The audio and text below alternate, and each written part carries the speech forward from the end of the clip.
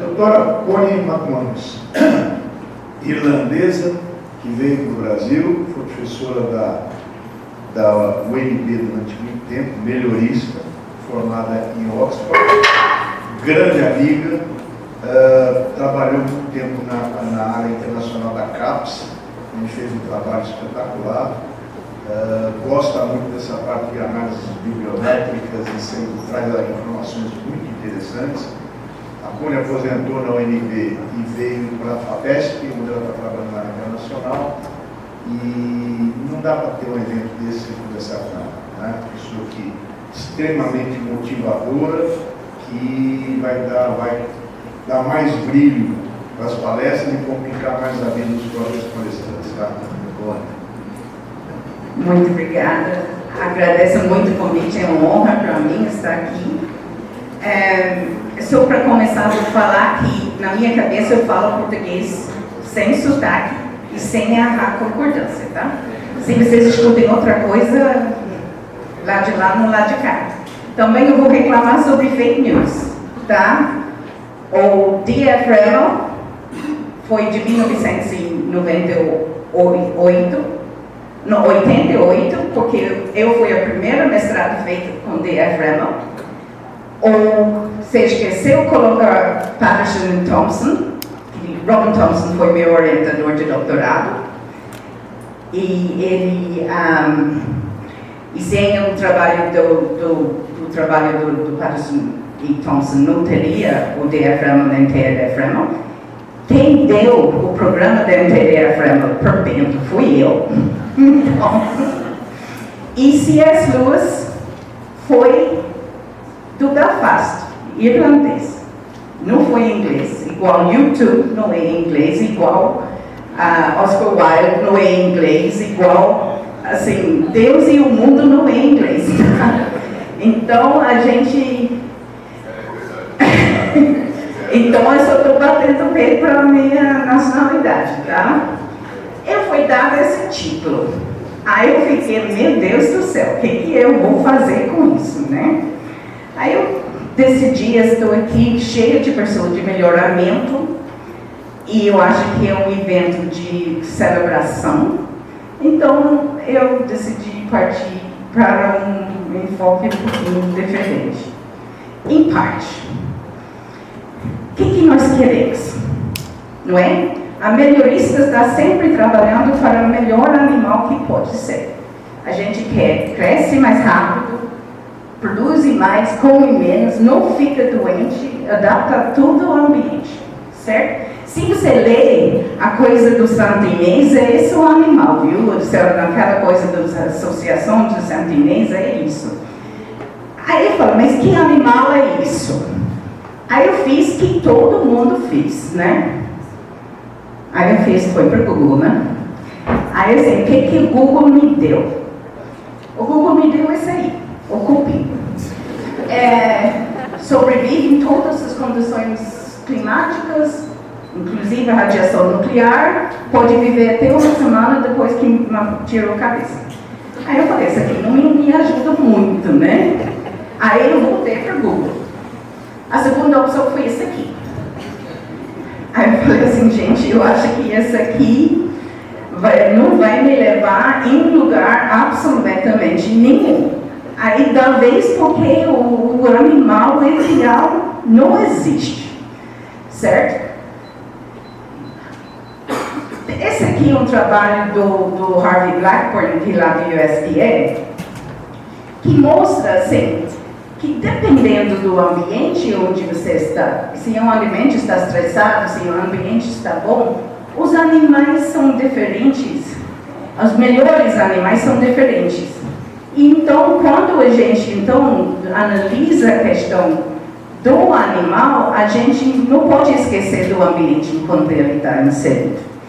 Então, esse leva a gente a ver como que é que a gente pode incorporar a questão ambiental a uma situação maior de simplesmente colocar aquelas coisas que a gente normalmente colocar no modelo. E a gente começou a trabalhar muito com essa questão de genética de paisagem. Mas eu não vou falar sobre isso hoje. Eu não quero ir para frente. Porque nós também estamos enfrentando uma outra situação. Que mesmo com o ambiente que nós estamos, ele está mudando. E essa mudança também leva a gente, assim, como que a gente vai enfrentar isso? Então, nessa questão, a gente tem que começar a pensar, não só no dia de hoje, quando a gente faz a avaliação genética, mas no dia de manhã. Então, para tentar prever o que é a situação que vai vir também. Então, a gente começa a trabalhar, também qual é a minha meta? Onde é que eu quero chegar quando eu vou falar sobre o melhoramento animal? Assim, eu quero mais produtividade, eu quero mais qualidade, eu quero redução de custo, eu quero sustentabilidade, resistência à doença. O que é que eu quero? Então, na realidade, a primeira coisa que eu tenho que fazer é ver o meu objetivo de seleção. E eu conheço muitos programas de melhoramento que não têm um objetivo de seleção. Eles simplesmente começam e terminam com uma avaliação genética.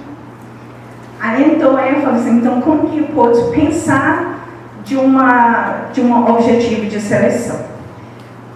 Aí, o que é melhoramento? Aí eu falei assim, então vou pensar qual é meu par perfeito, tá? Aí eu falei assim, vou imaginar o que é meu par perfeito. Pode escolher um, pode escolher mais que um, pode escolher todos, né? Pensa novo assim, mas você imagina o que você quer, tá? Mas nós temos que colocar isso aqui por escrito. Então, vamos escrever, o que eu quero, tá?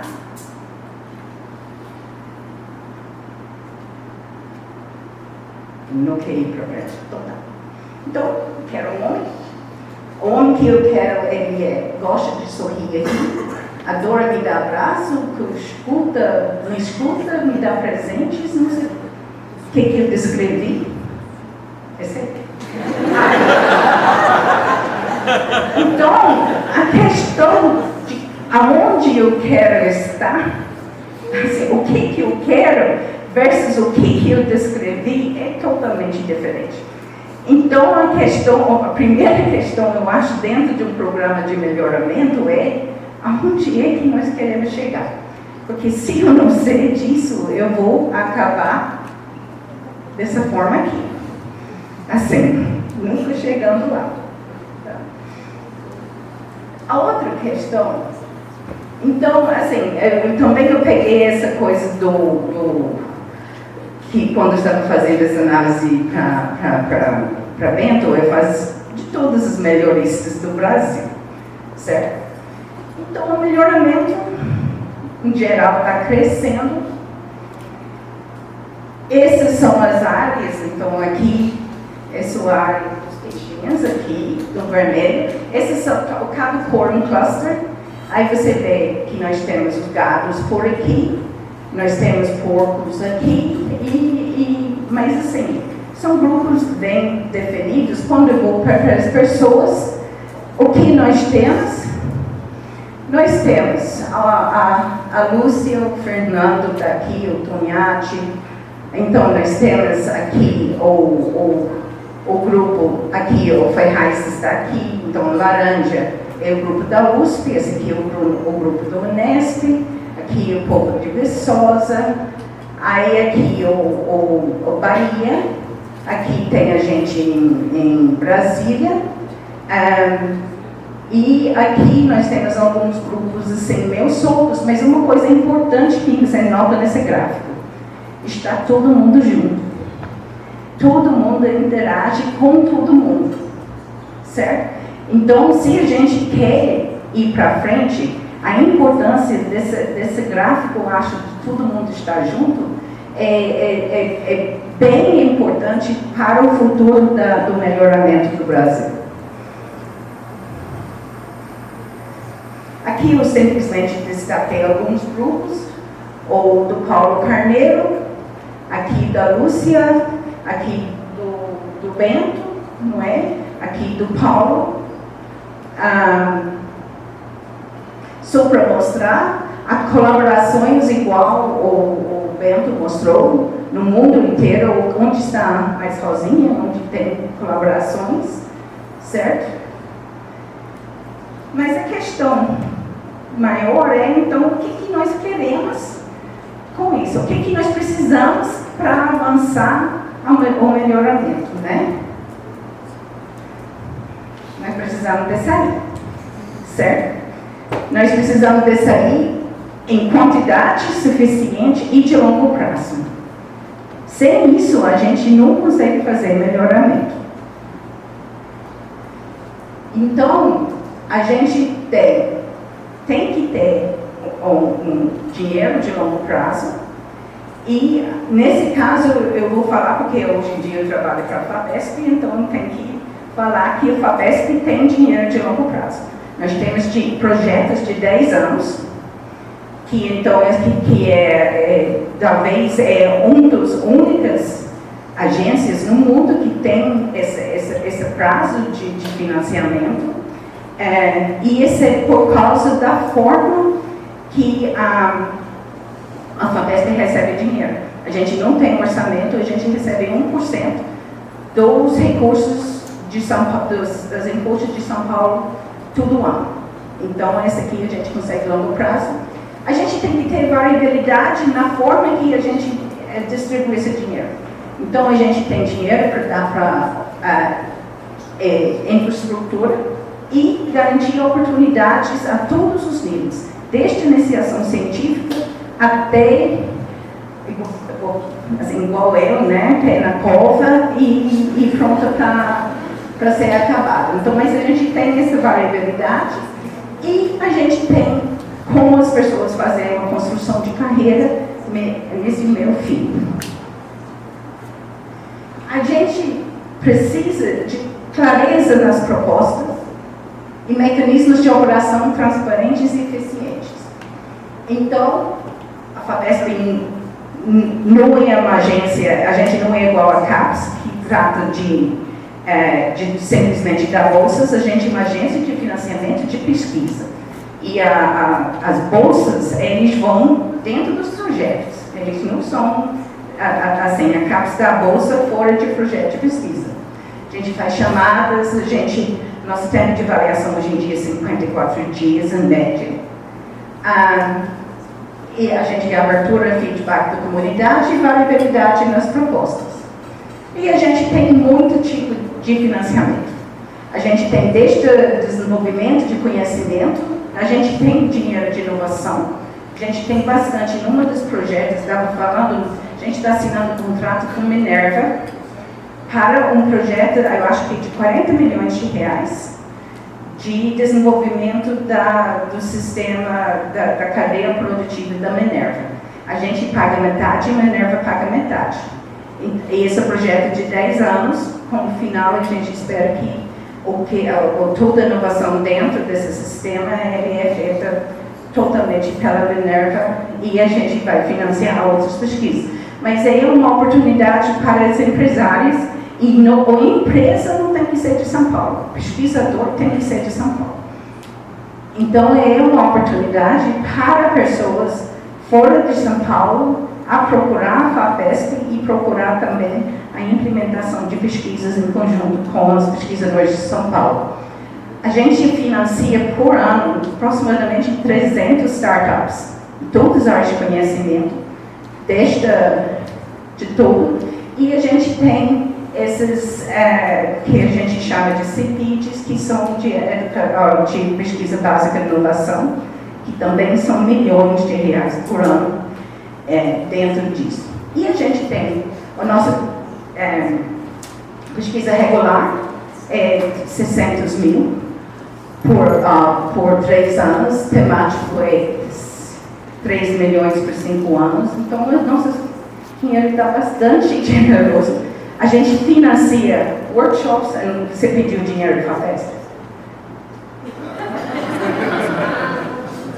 Reclama do dinheiro e não pede, né? Então assim, muitas pessoas que a gente pode, na organização de grandes eventos, nós temos recursos. Você tem isso, se não pede, não ganha, né? Então, nós temos professor visitante do exterior, nós temos São Paulo Excellence Chair, nós temos eu contei 165 diferentes tipos de financiamento. Assim, e a gente é flexível. Se você quer pouco para lá, pouco para cá, a gente tem como financiar, tem que negociar isso aqui. Nós temos bottom-up e top-down. A maior parte é bottom-up. Vem de vocês, vem dos pesquisadores. Nós também temos o top-down, né, que a gente manda. Eu sei que o Flávio agora está negociando um novo programa top-down na área de segurança alimentar. Então, tem um novo programa que vai entrar aqui. Então, a questão muitas vezes não é que, assim, qual é a motivação? Eu tenho que vir aqui e falar, pede, não é? Então, assim, o dinheiro existe. Vocês estão pedindo, vocês estão procurando saber, vocês estão correndo atrás, ou vocês querem que a gente venha te dar um tapa na cara e fale, acordo, gente? Então, o bottom-up é por demanda, o regular, como eu falei, 60 mil por 3 anos. Nós temos o JP, Jovens Pesquisadores, em torno de 3 milhões, eu acho, e ele torna em forma de grande, então ele não é tanto para X para material de consumo, Y para material permanente, não. Você recebe o dinheiro e se vira, meu filho. E a gente hoje em dia todo o nosso dinheiro vai virar assim. A gente espera nos próximos mês, 2 meses, anunciar que não haverá mais essa limitação de que material permanente e material de consumo, tá? Então vocês vão cuidar dessa aqui. Tem o PI e geração. PI é primeiros projetos, quem nunca teve. A geração também é pessoas que são fora da academia começando, que pode também começar. Temático, 3 milhões para 5 anos. O CEPID, que é esse projeto grande de 10 anos. E o CPA e o CCD. O CPA é o Centro de Pesquisa Aplicada, que esse que eu falei, por exemplo, nós temos com Minerva, e a gente tem com Fundo Citrus, e a gente tem com Shell, com IBM, com Peugeot, com Exxon, e por ali vai. E CCD, sim, vocês também têm um programa com o governo. Vocês querem um programa com o governo, o CCD é onde é que você pode procurar.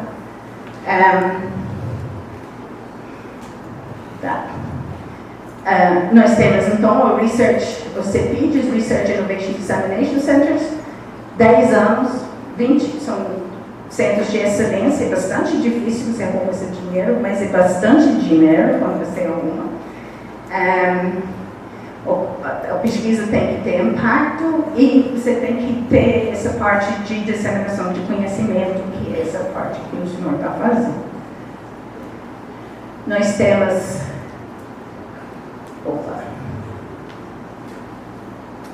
os centros de pesquisa aplicada, que eu acho que as pessoas da indústria aqui devem ficar bastante interessadas nisso aqui, que começa metade.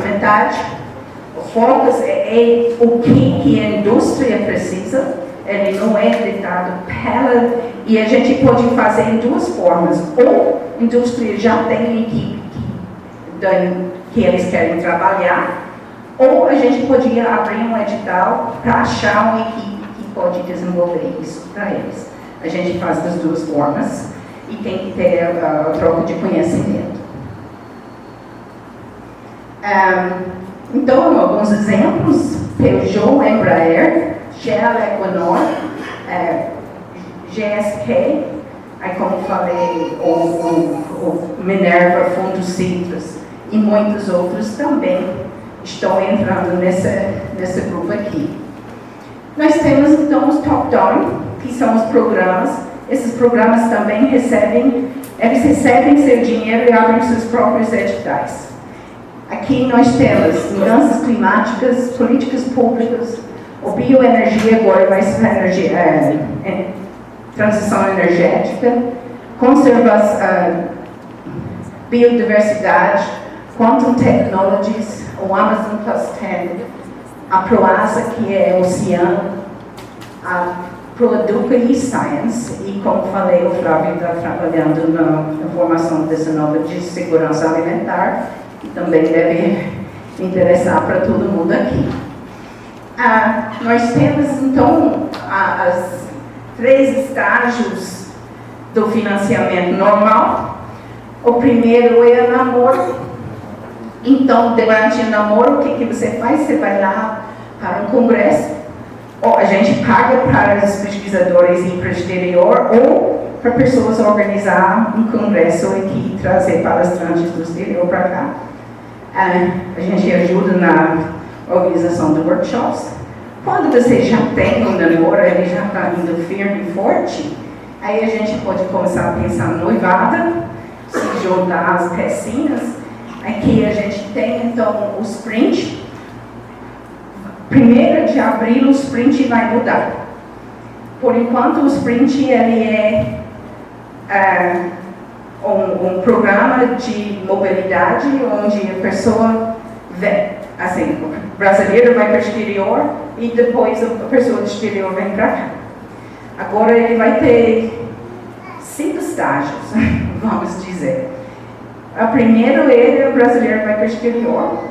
Quando ele comprova que a pessoa do exterior vem para cá, ele tem o 2º estágio. A gente está aumentando o valor de $10.000 por ano para 12.500. No 3º ano, se depois de 6 meses você tem um projeto em conjunto, aonde seu parceiro exterior comprova dinheiro, a gente coloca mais $25.000 para você fazer o seed funding para começar, antes que você aplica para os outros grandes que a gente tem, certo? Se a pessoa do exterior traz alunos, a gente vai pagar os diários do aluno para 2 semanas no Brasil. E o aluno brasileiro para 2 semanas no exterior.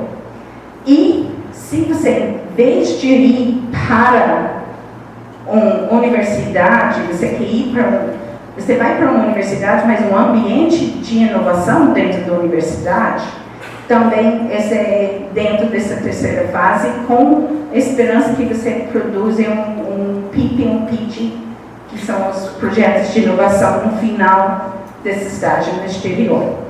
Então, o sprint ele não vai ser mais simplesmente mobilidade, mas a construção de um casamento, certo? Terminando o seed funding para você poder fazer, que ninguém mais casa, né? Quando casa, descasa, não sei quem são vamos chamar de long term commitment, né? Onde a gente tem joint calls, a gente tem os joint calls com o mundo lá fora, a gente tem Estados Unidos, vamos esperar que vem, né? Estava conversando com o Luiz mais cedo, a gente não sabe, então a gente está meio... Mas nós temos Canadá, com Alemanha, com França, com UK, com Horizon Europe. Todos esses a gente tem acordos e que pode ser solicitado, então, recursos em conjunto. Então, depois você passa isso e você pode ganhar dinheiro aqui dentro.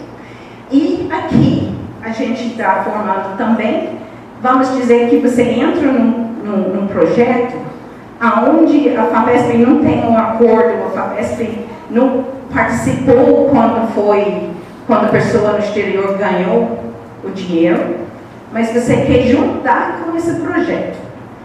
E você tem um projeto da FAPESP e a gente vai dar um aumento no valor, até 20% do valor do projeto, para você desenvolver esse relacionamento com o exterior, tudo por solicitação de mudança no projeto. Ele não vai ser um novo projeto, ele é uma solicitação de mudança do projeto que já existe. A gente tem que fazer mais isso, né? a gente falando do melhoramento, mas a gente faz muita avaliação no início e pouca avaliação no final. Então, uma coisa que a gente vai tentar concentrar mais é essa avaliação do produtos finais que sejam, e assim, mas o produto não tem necessariamente ser um artigo, não. O Bento apresentou muitas outras coisas que foram produtos que não são necessariamente um artigo científico.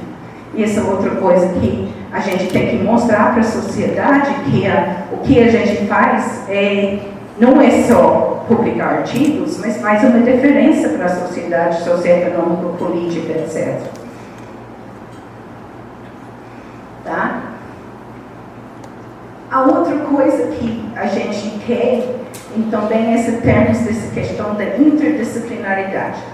Porque muitos problemas que a gente tem hoje em dia, eles não são resolvidos disciplinarmente. Eles são resolvidos com diferentes áreas de conhecimento. Aí eu sempre falo, o Jaime Davi, o Toro, né?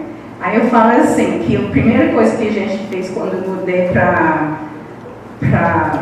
URGS foi a gente formou uma salinha para café.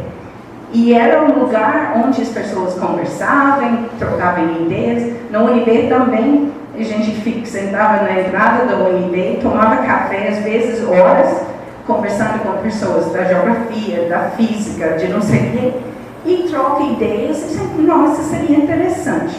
Por que a gente não faz isso? Por que a gente não faz aquilo? Como que a gente pode fazer diferente? E por ali a gente começou a trabalhar com o uso da genética de paisagem, o uso da informação geográfica com os marcadores genéticos, com a questão de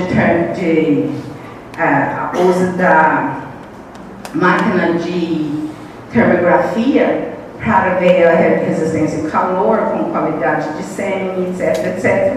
Era muito na conversa. Então, eu sugiro que vocês, se não tem uma view budget, Fernando, a primeira coisa, você vai ter um café lá na sala.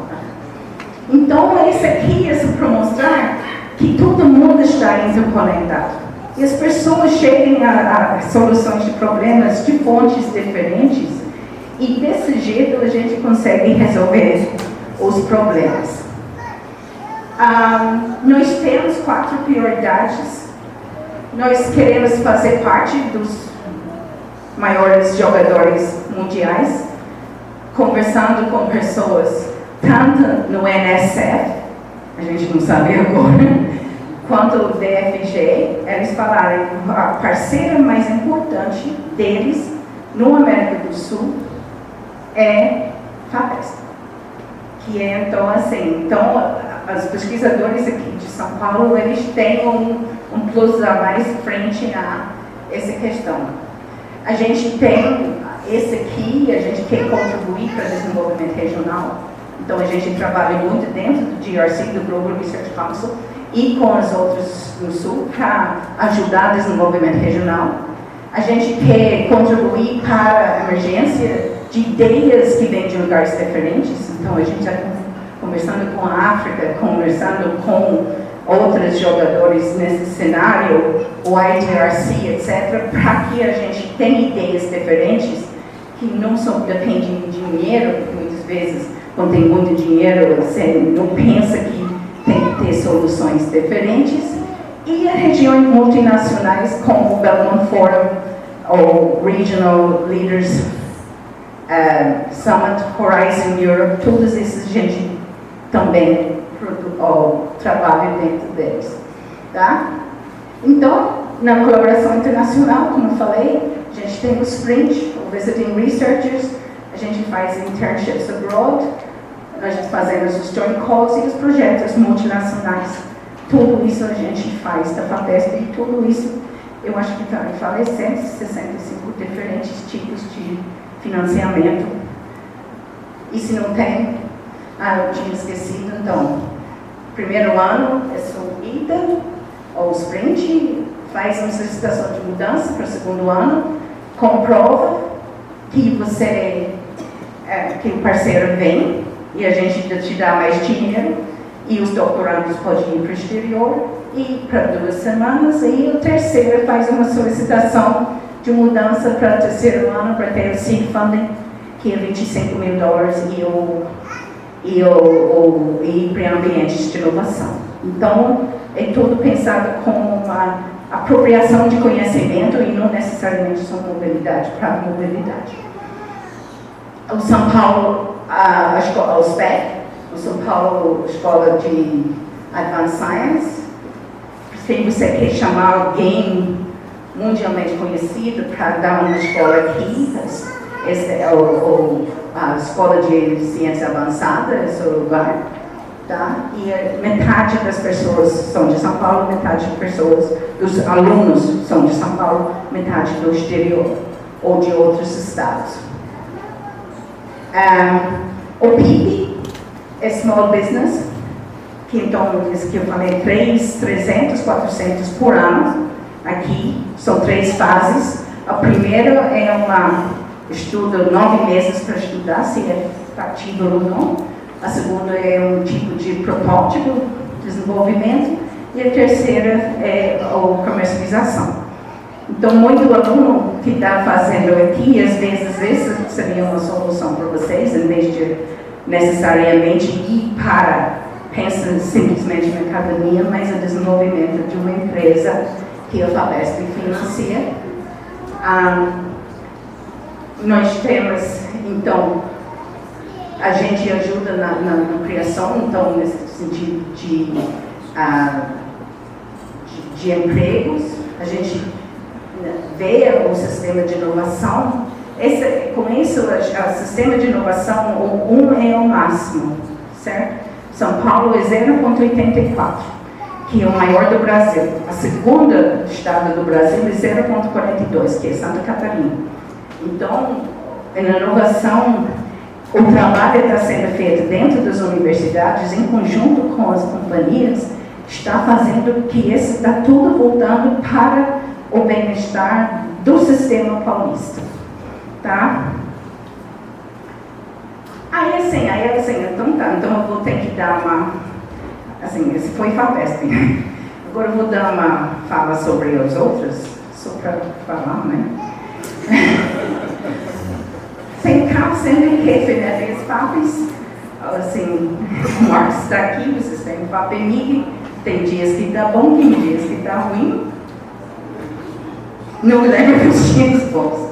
A FAPESP tem essa coisa desse 1% que a gente não precisa, então tem que fazer o melhor uso dele. Aí tem Horizon Europe, os acordos. Eu já ganhei dinheiro do Ministério da Agricultura, é uma fonte. Tem também dinheiro para quem trabalha com parte de doenças dentro do Ministério da Saúde, que às vezes, mas muitas vezes é você, como pessoa, ir lá, achar a pessoa certa e bate um papo com eles. Não é que eles vão abrir um edital, que chamar, que vai... Não. É muita pessoal na boca a boca, ele vai fazer. E eu vou te falar, muitas pessoas fazem isso. Então, assim, se você não... Essa não é uma rota que as pessoas anunciam que vão, né? Porque eles não querem que você tira a possibilidade deles. O que é meu, que é seu, não vai tocar no meu. Então, tem a questão de empresas privadas, setor produtivo. Essa, então, é uma sugestão sobre os nossos CPAs, os Centros de Pesquisa Aplicada. É muito interessante, então, fazer essa ligação, mas também os PITs, que são o Programa de Inovação Tecnológica, também funciona do mesmo jeito numa escala menor. Mas os CPAs são 10 anos, os PITs são 4 anos, né? Então, são oportunidades de fazer que a FAPESP paga 50% do valor dessa colaboração, que também é bastante interessante. E tem recursos que vêm das entidades de ABCZ, ATBO, etc., que podem ser úteis. Nós temos também os ONGs. Isso. A FAO, eu já ganhei algum dinheiro da FAO, mas é difícil. A gente já ganhou do WPSE, né, o World Society for the Protection of Animals, eu já ganhei dinheiro de lá. Já ganhei dinheiro da USDA. Então, assim, é muito na boca, mostrar serviço e vai falando, né? Que aí você ganha um dinheiro.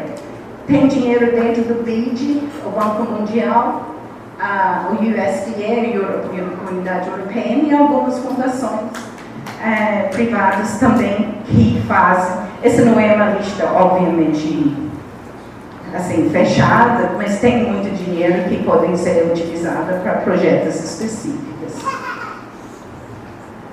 Só vou falar um pouco sobre estatística, né? Porque a gente, como melhorista, a gente pensa que nós somos basicamente estatísticos. E vou falar então um pouco sobre a questão de que quando a gente fala estatística, para a gente tomar um pouco de cuidado, né? Então, se a gente pensa no ser humano médio, ele tem um ser no intestino. Isso é verdade. Então, assim, não pode ir só por falar que Des McHale é irlandês, tá?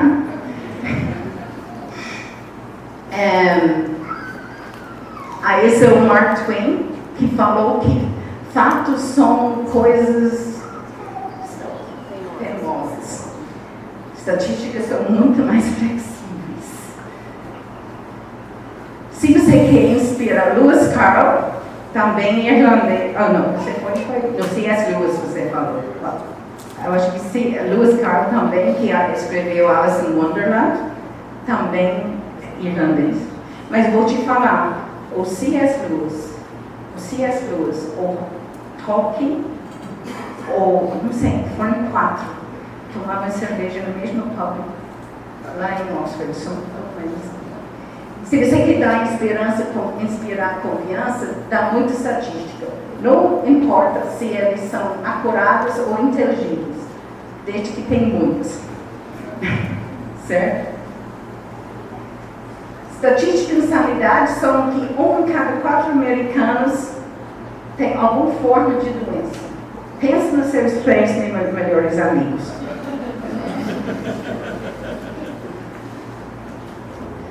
Esse aqui, todo mundo usa regressão, né? Ontem ela não estava casada, hoje ela está casada. Se a gente extrapola a regressão para lá para o futuro, no final da mês ela vai ter 48 maridos. Esse é o Mark Twain de novo. Tem mentira maldita e estatística.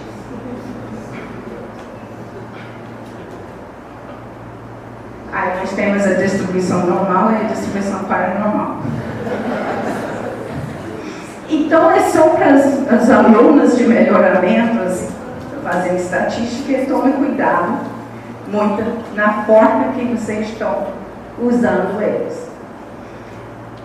Aí, só para terminar, eu vou falar um pouco, então, falei que o melhoramento não tem que pensar só não hoje, mas amanhã, na questão de mudanças climáticas. Aí aqui tem 2 consequências de mudança climática. Esse aqui era o zoológico de Berlim, dava polar bear, urso polar, não gosta de calor, mas estava quente, cresceu alga, aí em vez de ser branco, ele virou verde. Alguém sabe que essa foto aqui, daqui? Não, aqui acontece, você vê esse tanker aqui no final? Lá na Holanda, eles produzem muitos suínos, certo? Mas eles não têm espaço para colocar esterco. O que eles fazem? Eles colocam esterco dentro de tankers e exportam o esterco para outros países para usar como fertilizante, certo? O que você tem quando você tem ambiente fechado, esterco e calor? Aí aqui o tanker estava passando nessa cidadezinha, explodiu, certo? E aqui a gente tem a consequência do global warming, tá?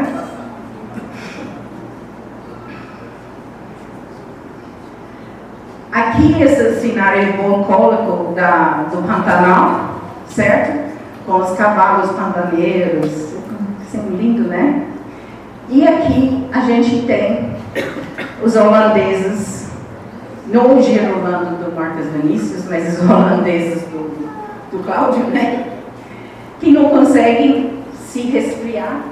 E se não tem outra fonte de resfriamento, eles vão sofrer muito nessa questão da mudança climática.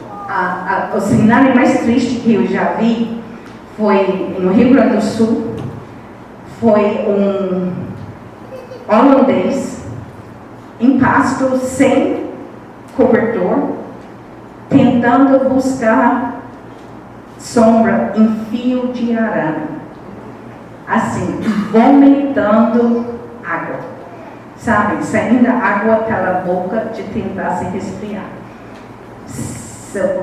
Questão séria. Não adianta você ter um animal que produz 40 quilos de leite por dia, se você não também trata significativamente do ambiente que ele está colocado. Outra coisa, assim, o objetivo de seleção vai ter que treinar as nossas anelores a nadar. Não é? Porque esse aqui foi o caso de que todo mundo sabe no Pantanal, que quando assim, que os animais são levados durante a cheia, eles estão levados para as mais altas. Se não consegue levar a tempo, aí acontece isso aqui. O que você vai fazer? Opa, desculpa. Back one. Forward one. Esses aqui, em Nelore, em Mato Grosso do Sul, que vem frio. Não é que vem o calor, porque mudança climática pode ter onda de frio, além de onda de calor. Aqui, então, você vê os animais buscarem sombra embaixo de árvore e você vê aqui que todo mundo morreu ao longo do fio de arame, que estava buscando um lugar para ficar quente e não acharam. E, infelizmente, isso aconteceu. Aqui, nós temos no sertão, você vê que o gado morreu, mas os ovinos e as caprinos sobreviveram. Outra questão é o uso adequado, não só raça dentro de espécie, mas espécie certa para aquelas condições que você tem. Então, tudo isso a melhorista vai ter que pensar quando vai começar no futuro. Aí, era mais ou menos isso. Eu sei que não foi muito técnico, mas era o que eu tinha que falar para vocês. Muito obrigada.